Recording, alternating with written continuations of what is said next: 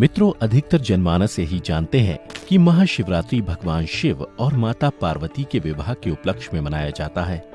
लेकिन कुछ विद्वानों का मानना है कि शिवरात्रि के दिन ही भगवान शिव ने कालकूट नाम का विष पिया था, जो सागर मंथन के समय समुद्र से निकला था। परंतु शिव पुराण में एक शिकारी से जुड़ी कथा का वर्णन किया गया है। आज की इस वीडियो में हम आपको शिव पुराण में वर्णित महाशिवरात्रि की कथा बताने जा रहे हैं। नमस्कार दर्शकों, द डिवाइन टेल्स पर आपका एक बार फिर से स्वागत है। शिव पुराण के कोटि रुद्र संहिता में वर्णित कथा के अनुसार पौराणिक काल में किसी वन में एक भील रहता था, जिसका नाम गुरुद्रुह था। उसका परिवार बड़ा था।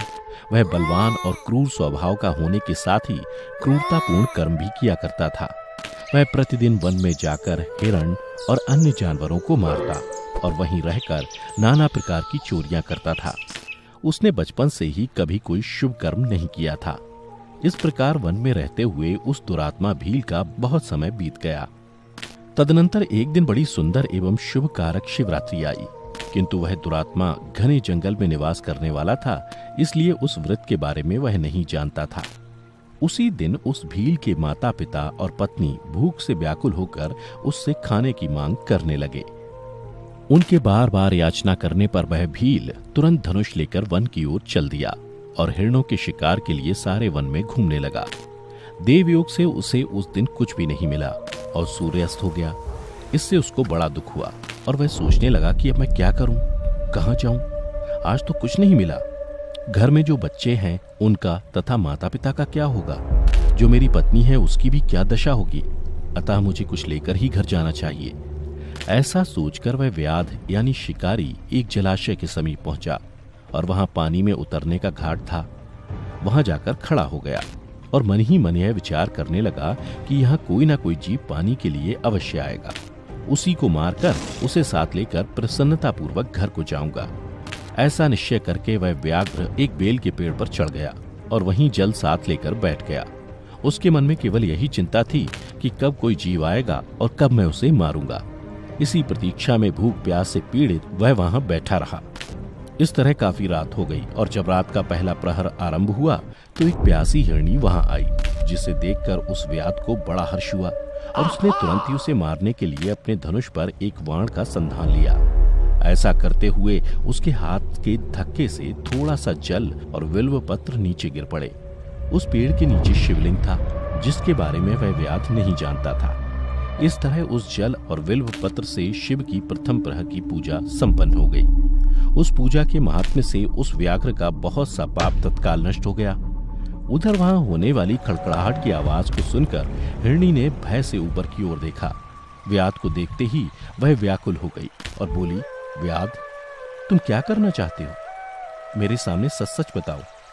हिरणी की बातें सुनकर व्याध ने कहा, आज मेरे परिवार के लोग भूखे हैं, अतः तुमको मारकर मैं उनकी भूख मिटाऊंगा और उन्हें तृप्त करूंगा। व्याध का वह दारुण वचन सुनकर तथा दुष्ट भील को वाण ताने देख हिरणी सोचने लगी कि अब मैं क्या करूं, कहां जाऊं। अच्छा, कोई उपाय सोचती हूं। ऐसा विचार कर उसने वहां इस प्रकार कहा। हिरणी बोली, व्याध, मेरे मांस से तुमको सुख होगा। इस अनर्थकारी शरीर के लिए इससे अधिक महान पुण्य का कार्य और क्या हो सकता है। उपकार करने वाले प्राणी को इस लोक में जो पुण्य होता है उसका 100 वर्षों में भी वर्णन नहीं किया जा सकता। परंतु इस समय मेरे सब बच्चे मेरे आश्रम में ही हैं।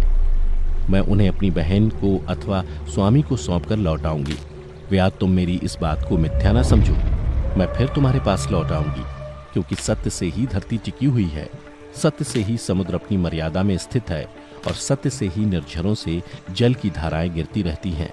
सत्य में ही सब कुछ स्थित है। हिरणी के ऐसा कहने पर जब व्याध ने उसकी बात नहीं मानी, तब उसने अत्यंत विस्मित एवं भयभीत हो पुनः इस प्रकार कहना आरंभ किया।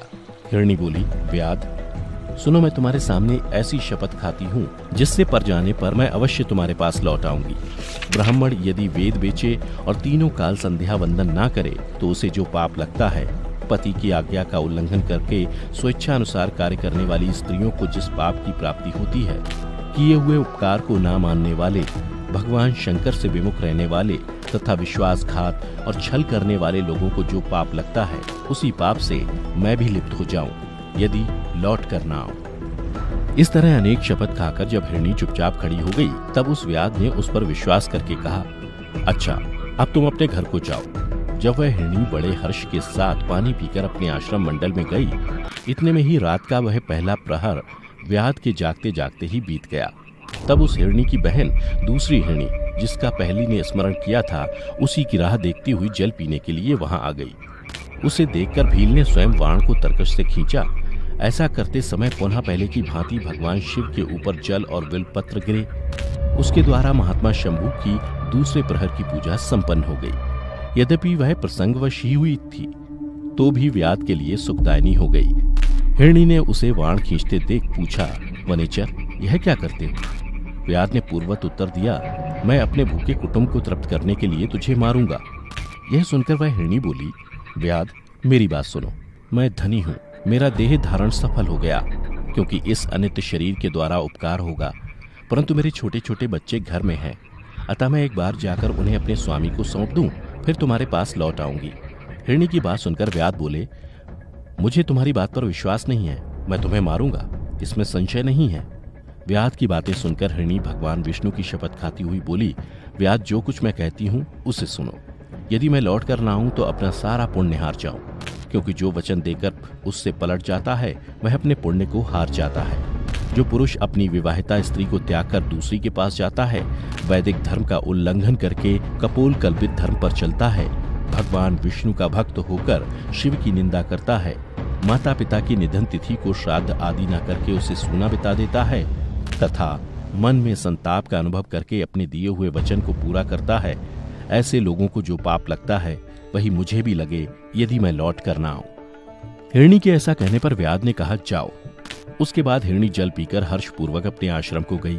इतने में ही रात का दूसरा प्रहर भी व्याध के जागते जागते बीत गया। इसी समय तीसरा प्रहर आरंभ हो जाने पर हिरणी के लौटने में बहुत विलंब हुआ जान चकित हो व्याध उसकी खोज करने लगा। इतने में ही उसने जल के मार्ग में एक हिरण को देखा। वह बड़ा हष्टपुष्ट था।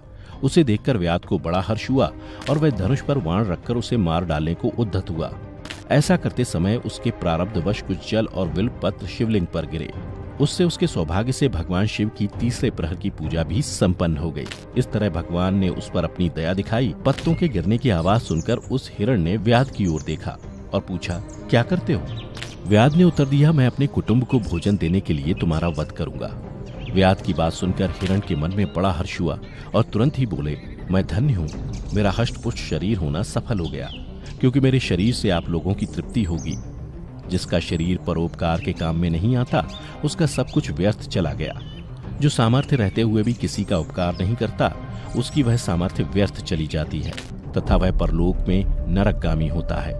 परंतु एक बार मुझे जाने दो, मैं अपने बालकों को उनकी माता के हाथ में सौंपकर और उन सबको धीरज बंधाकर यहाँ लौट आऊंगा। उसके ऐसा करने पर व्याध मन ही मन बड़ा विस्मित हुआ। उसका हृदय कुछ शुद्ध हो गया था और उसके सारे पाप नष्ट हो चुके थे। उसने हिरण से कहा, जो यहाँ आए वे सब तुम्हारी तरह बातें बनाकर चले गए, परंतु वे अभी तक यहाँ नहीं लौटे।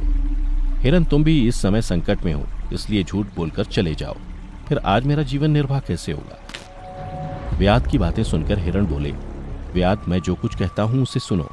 मुझ में असत्य नहीं है, सारा चराचर ब्रह्मांड सत्य से ही टिका हुआ है। जिसकी वाणी झूठी होती है उसका पुण्य उसी क्षण नष्ट हो जाता है। तथापि व्याध, तुम मेरी सच्ची प्रतिज्ञा सुनो। संध्या काल में मैथुन तथा शिवरात्रि के दिन भोजन करने से जो पाप लगता है, झूठी गवाही देने, धरोहर को हड़प लेने तथा संध्या न करने से द्विज को जो पाप होता है, वही पाप मुझे भी लगे यदि मैं लौट कर ना आऊं। जिसके मुख से कभी शिव का नाम नहीं निकलता, जो सामर्थ्य रहते हुए भी दूसरों को उपकार नहीं करता, पर्व के दिन श्रीफल तोड़ता, अभक्ष्य भक्षण करता तथा शिव की पूजा किए बिना और भस्म लगाए बिना भोजन कर लेता है, इन सब का पातक मुझे लगे यदि मैं लौट कर ना आऊं। उसकी बात सुनकर व्याध ने कहा, जाओ, शीघ्र लौटना। व्याध के ऐसा कहने पर हिरण पानी पीकर चला गया। वे सब अपने आश्रम पर मिले। तीनों ही प्रतिज्ञाबद्ध हो चुके थे। आपस में एक दूसरे के वृतांत को भली भांति सुनकर सत्य के पाश से बंधे हुए उन सब ने यही निश्चय किया कि वहां अवश्य जाना चाहिए। इस निश्चय के बाद वहां बालकों को आश्वासन देकर वे सब के सब जाने के लिए उत्सुक हो गए। उस समय जेठी हिरणी ने अपने स्वामी से कहा, स्वामिन, आपके बिना यहाँ बालक कैसे रहेंगे? प्रभु, मैंने ही वहां पहले जाकर प्रतिज्ञा की है, इसलिए केवल मुझको जाना चाहिए, आप दोनों यहीं रहें। उसकी ये बात सुनकर छोटी हिरणी बोली, बहन मैं तुम्हारी सेविका हूँ, इसलिए आज मैं व्याध के पास जाती हूँ, तुम यहीं रहो। यह सुनकर हिरण बोले, मैं ही वहां जाता हूँ, तुम दोनों यहाँ रहो, क्योंकि बच्चों की रक्षा माता से ही होती है। स्वामी की यह बात सुनकर दोनों हिरणी बोली, प्रभु पति के बिना इस जीवन को धिक्कार है। तब उन सब ने अपने बच्चों को सांत्वना देकर उन्हें पड़ोसियों के हाथ में सौंप दिया और स्वयं शीघ्र ही उस स्थान को प्रस्थान किया जहां वह व्याध शिरोमणि उनकी प्रतीक्षा में बैठा था। उन्हें जाते देख उनके सब बच्चे पीछे पीछे चले आए। उन्होंने यह निश्चय कर लिया था कि माता पिता की जो गति होगी वही हमारी भी हो। उन सबको एक साथ आया हुआ देख व्याध को बड़ा हर्ष हुआ। उसने धनुष पर बाण रखा। उस समय पुनः जल और बिलपत्र शिव के ऊपर गिरे। इससे शिव के चौथे प्रहर की शुभ पूजा भी संपन्न हो गई। उस समय व्याध का सारा पाप तत्काल भस्म हो गया। इतने में ही दोनों हिरणी और हिरन बोल उठे, व्याध शिरोमणि शीघ्र कृपा करके हमारे शरीर को सार्थक करो। उनकी यह बात सुनकर व्याध को बड़ा विस्मय हुआ। शिव पूजा के प्रभाव से उसको दुर्लभ ज्ञान प्राप्त हो गया। उसने सोचा, ये हिरन ज्ञानहीन पशु होने पर भी धन्य है, जो ज्ञानहीन होकर भी अपने शरीर से परोपकार करना चाहते हैं। लेकिन धिक्कार है मेरे जीवन को कि मैं अनेक प्रकार के कुकृत्यों से अपने परिवार का पालन करता रहा। अब उसने अपने बाण रोक लिए तथा मृगों से कहा कि वे सब धन्य हैं तथा उन्हें वापस जाने दिया। उसके ऐसा करने पर भगवान शंकर ने प्रसन्न होकर तत्काल उसे अपने दिव्य स्वरूप का दर्शन करवाया तथा उसे सुख समृद्धि का वरदान देकर गुह नाम प्रदान किया। मित्रों, यही वह गुह था जिसके साथ भगवान श्री राम ने मित्रता की थी। मित्रों, महाशिवरात्रि की ये कथा यहीं समाप्त होती है। अगर आपको पसंद आई हो तो इसे ज्यादा से ज्यादा लाइक करें और शेयर करें। साथ ही ऐसी पौराणिक कथाओं के बारे में जानने के लिए अभी हमारे चैनल को सब्सक्राइब कर लें। फिलहाल आज की वीडियो में इतना ही। अब हमें इजाजत दें। आपका बहुत बहुत शुक्रिया।